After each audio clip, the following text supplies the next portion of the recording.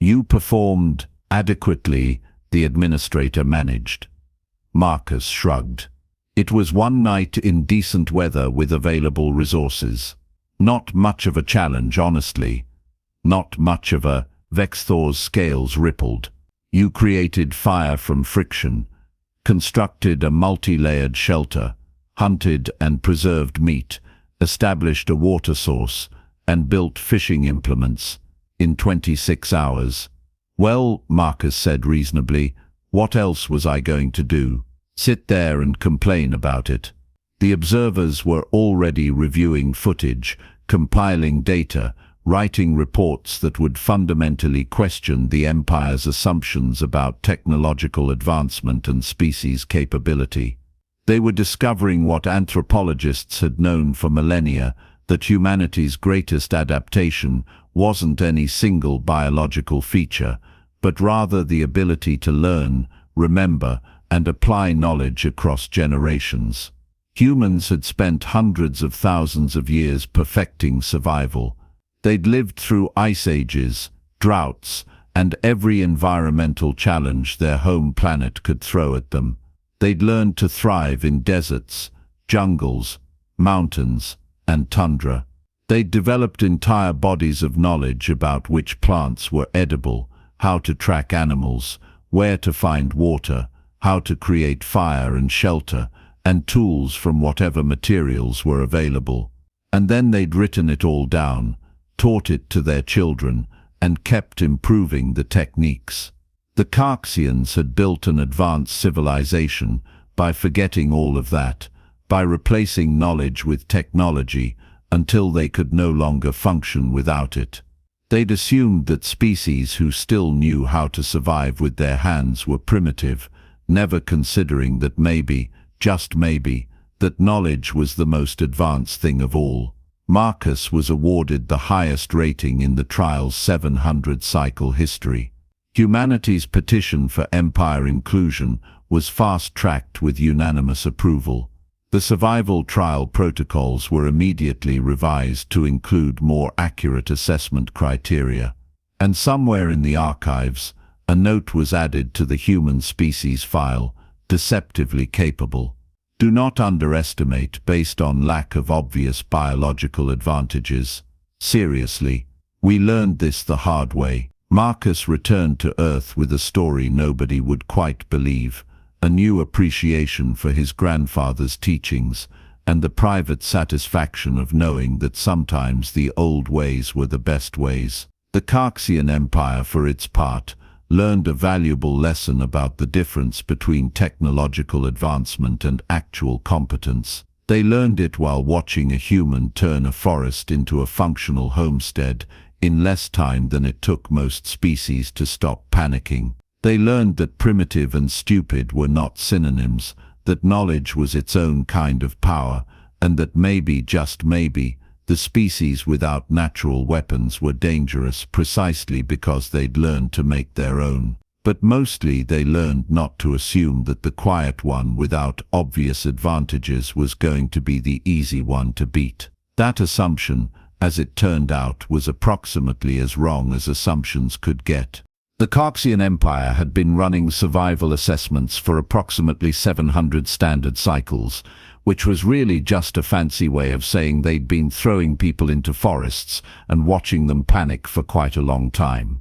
The trials had become something of a galactic institution, a proving ground where species demonstrated their worthiness for inclusion in the Empire's vast network of trading partners, military allies, and dinner party invitees.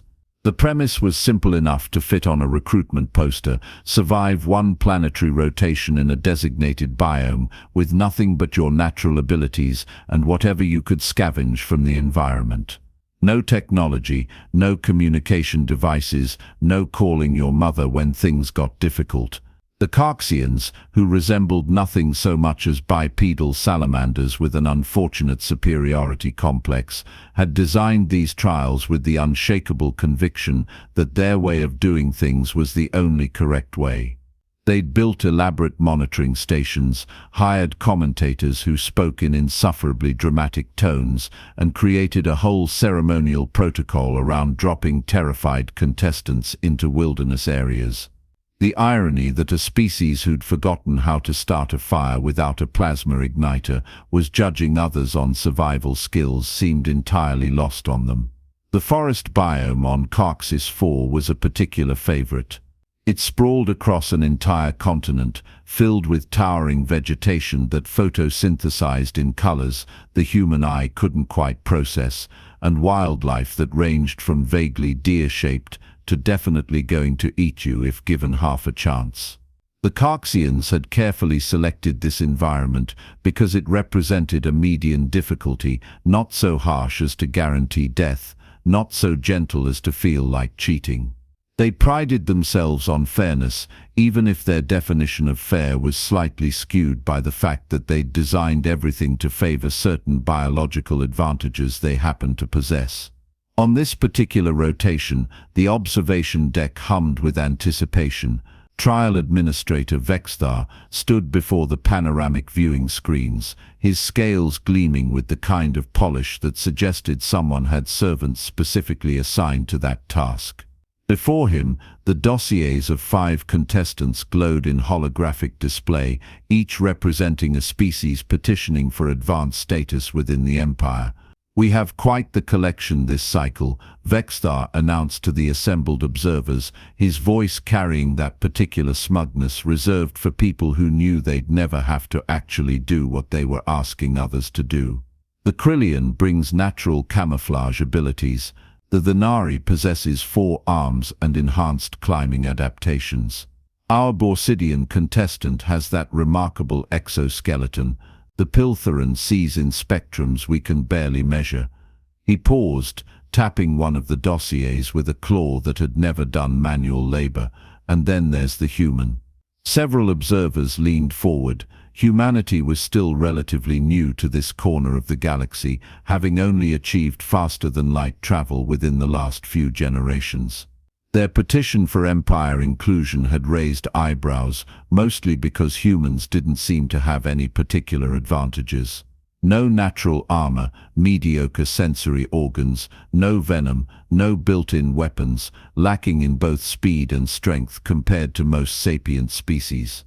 They were, by all objective measures, cosmically average. Why did we accept a human contestant? Someone asked from the back row. Vexthar's smile would have looked predatory if salamanders could manage such expressions. Comedy value. The human in question stood in the preparation chamber, utterly unbothered by the fact that he was about to be dumped into an alien forest with nothing but the clothes on his back. His name was Marcus Webb, though the Qarxians kept mispronouncing it as Marcus, and he'd spent the last 20 minutes ignoring the concerned chittering of the preparation staff while he stretched his shoulders and checked the flexibility of his boots. Marcus was not what you'd call an impressive physical specimen by human standards: average height, lean build, hands that showed evidence of actual work rather than gymnasium posturing.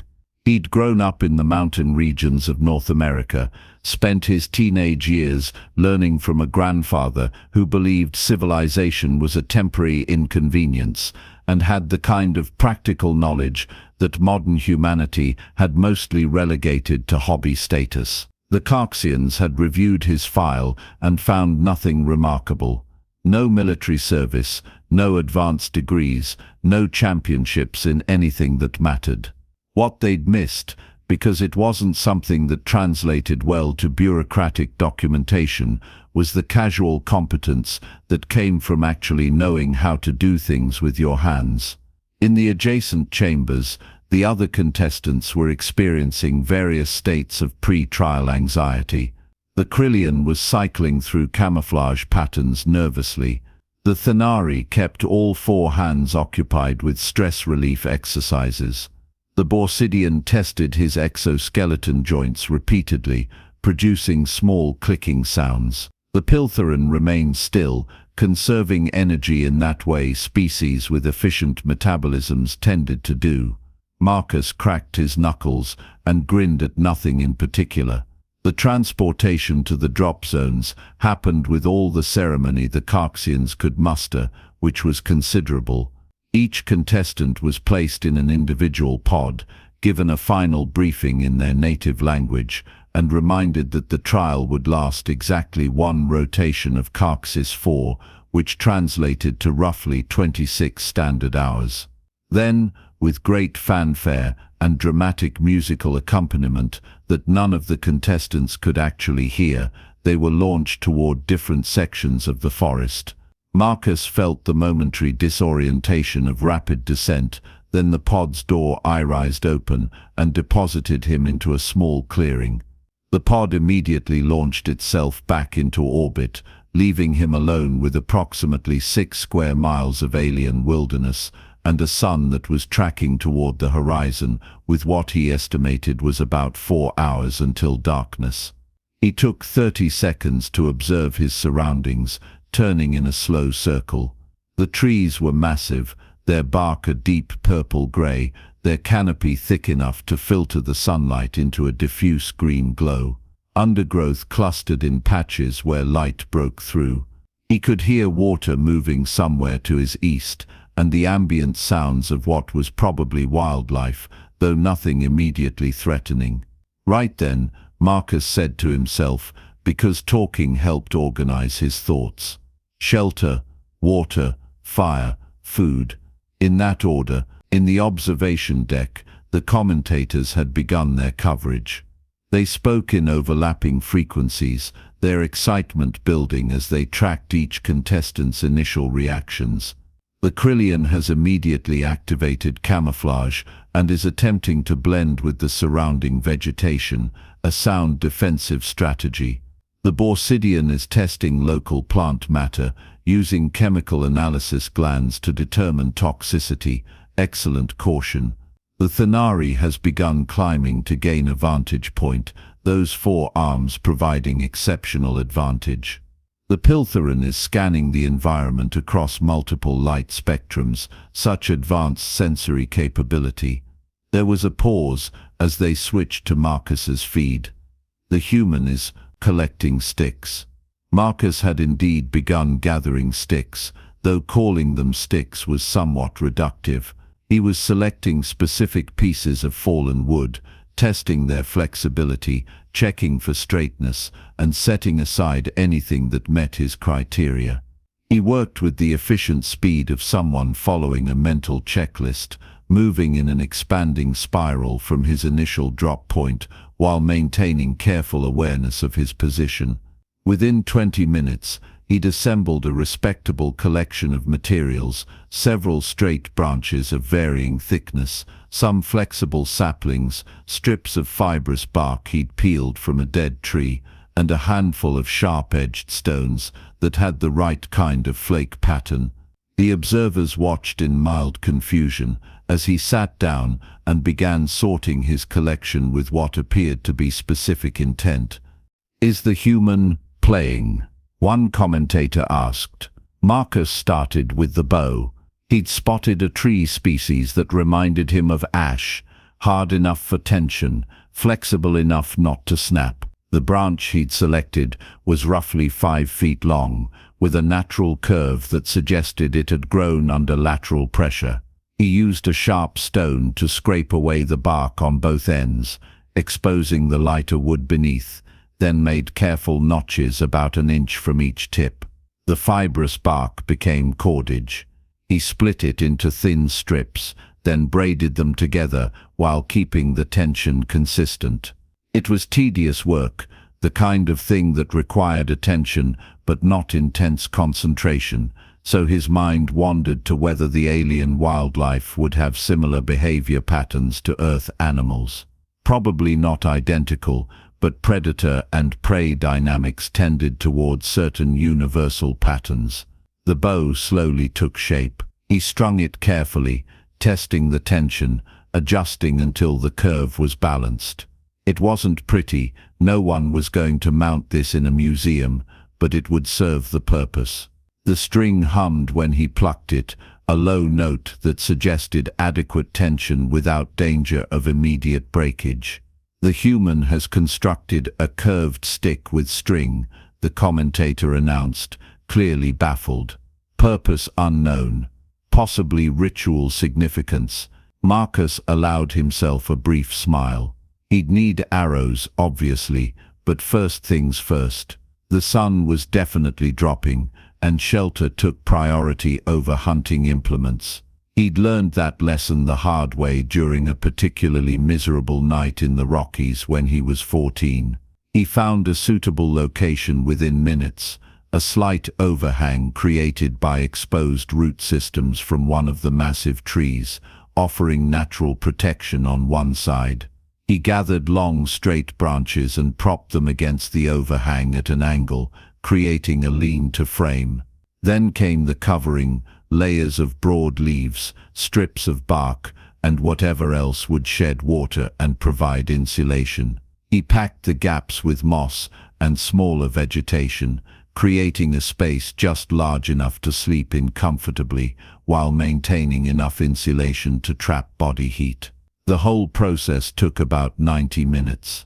By the time he'd finished, he had a shelter that would keep him dry, relatively warm, and concealed from casual observation. In the observation deck, Vexthor was leaning forward with an expression that suggested his previous confidence was developing cracks. "The human has built a structure," he said slowly, "a deliberate functional structure. So has the Borsidian," an aide pointed out, gesturing to another screen where the exoskeletal contestant had arranged rocks into a crude windbreak. "Yes, but look at the complexity, the layering, the waterproofing, the concealment aspect." Vexthor's tail twitched with what might have been concern. "That's not instinct, that's engineering." Marcus, blissfully unaware that he was causing philosophical discussions about the nature of primitive versus advanced thinking, had moved on to the critical task of fire. He'd found what he needed during his material gathering: a flat piece of dry hardwood for the base, a straight spindle of slightly softer wood, and some dried grass and bark for tinder. He carved a small notch in the baseboard, gathered his tinder into a nest, and settled into the rhythmic work of friction fire starting. This was always the part that separated people who'd actually done wilderness survival from people who'd watched videos about it. The bow drill method required patience, consistent speed, and the right materials. Marcus had all three. He wrapped his cordage around the spindle, positioned it in the notch, and began drawing the bow back and forth with steady rhythm. The observers watched in silence as smoke began rising from the notch. "What is the human doing?" someone whispered. "Creating combustion through friction," another replied, their voice holding notes of disbelief. That's incredibly primitive technology." "Primitive, perhaps," Vexthor muttered, watching as Marcus carefully transferred the smoking ember to his tinder nest and began breathing life into it, "but apparently functional." The small flame caught, flickering orange in the gathering dusk. Marcus fed it carefully, building from tinder to kindling to larger fuel wood, until he had a proper fire contained within a ring of stones. Heat and light, achieved through nothing more than knowledge and effort. He sat back on his heels, satisfied. The other contestants were visible on their respective screens now, and their situations varied from uncomfortable to genuinely concerning. The Qarxian had found a hollow tree, but was shivering violently. Apparently their species was not adapted for temperature drops. The Thanari was huddled in a crude nest of branches, all four arms wrapped around themselves. The Borsidian's exoskeleton provided protection but no warmth, and they were moving sluggishly as their body temperature dropped with the ambient air. The Piltheran could see in multiple spectrums but seemed unable to translate that into solving the immediate problem of darkness and cold. Marcus added more wood to his fire and considered his next priority. The bow needed arrows. which meant more careful work.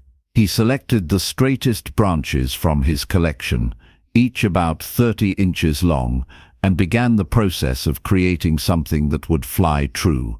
He used his sharp stones to scrape them smooth, checking straightness by eye, then carved notches in the back end for the string.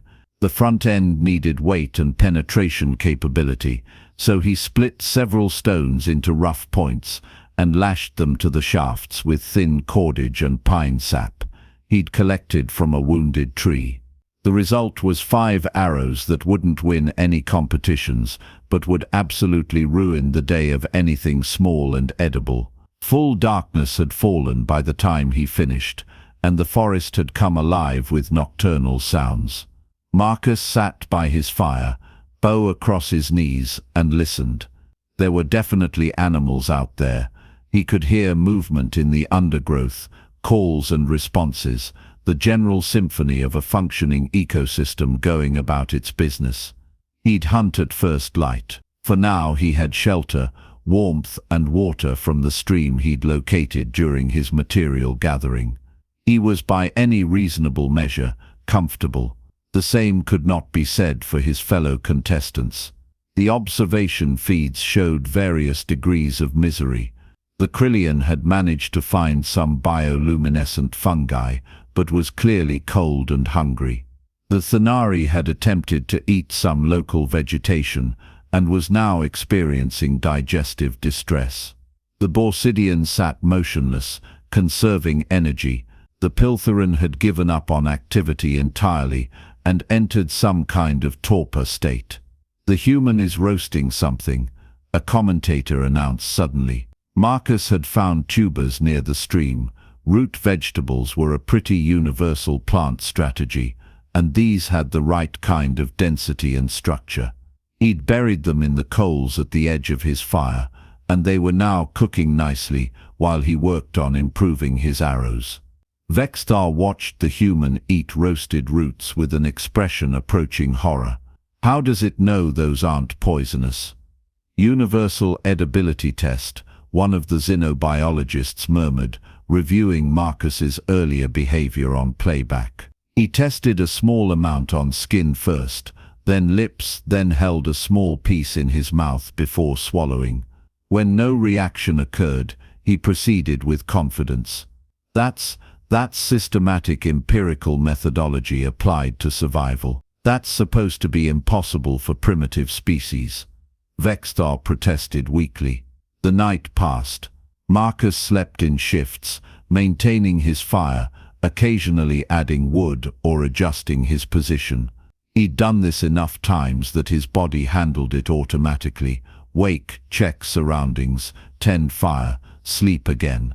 The other contestants mostly suffered through until dawn, except for the Piltheran, who remained in torpor, and the Borsidian, who seemed capable of a standing sleep state. Dawn on Qarxis 4 arrived with a greenish-gold light that filtered through the canopy in shafts. Marcus was already awake, having used the pre-dawn light to scout the area around his camp. He'd found game trails, definite tracks in the soft earth near the stream, signs of browsing on lower vegetation, the usual indicators that something edible moved through this area regularly. He checked his bow, selected his 3 best arrows, and settled into a position overlooking a well-used trail. Then he waited. Hunting was mostly waiting. His grandfather had taught him that, along with the patience to let the forest forget you were there. Marcus regulated his breathing, stayed motionless, and became part of the landscape. It took 40 minutes, but something eventually came down the trail. It looked like a cross between a deer and a kangaroo, with 6 legs and a nervous disposition. It paused at the stream, drinking while keeping its head up and ears swiveling. Marcus drew the bow slowly, letting muscle memory guide the motion. The arrow sat on the rest, string at full draw, his anchor point consistent. He aimed for the chest cavity, center mass, largest target, best chance of a clean kill. The release was smooth. The arrow flew true enough, catching the creature just behind the front shoulder. It bolted, but only made it about 30 yards before collapsing. Marcus waited another 5 minutes, ensuring it wasn't getting back up, then approached carefully.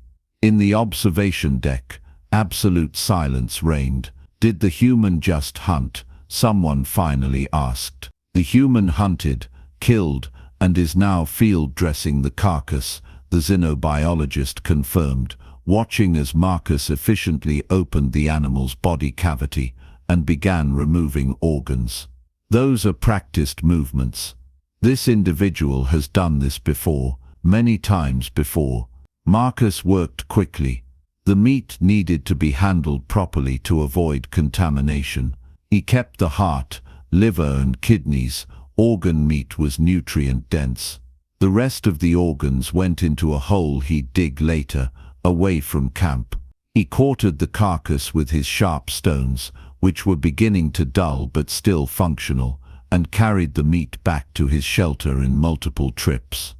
By mid-morning he had meat strips hanging near his fire, smoke curing them for preservation. The organs were roasting on flat rocks he'd positioned in the coals.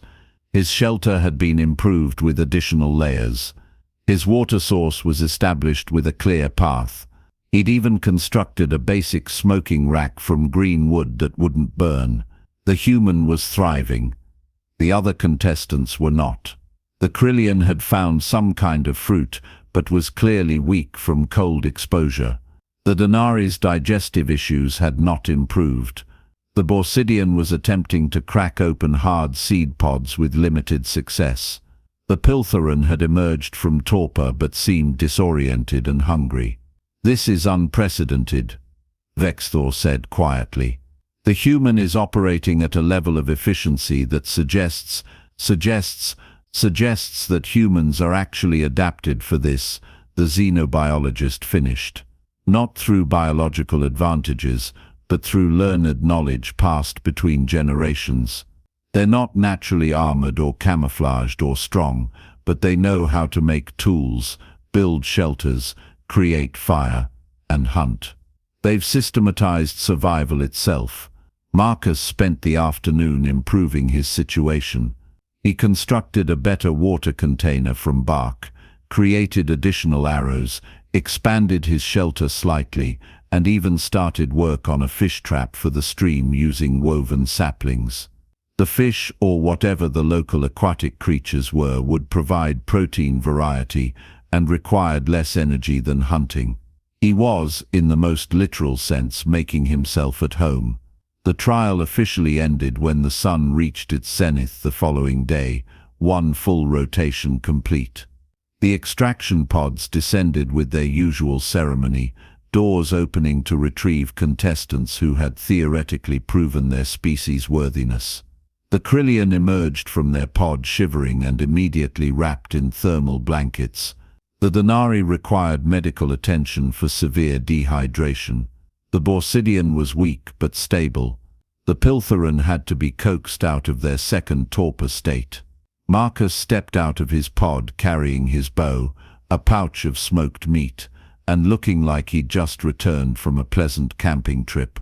He'd even taken time to wash in the stream that morning. Vexthor met him on the landing platform, salamander features arranged in an expression that might have been respect or might have been existential crisis.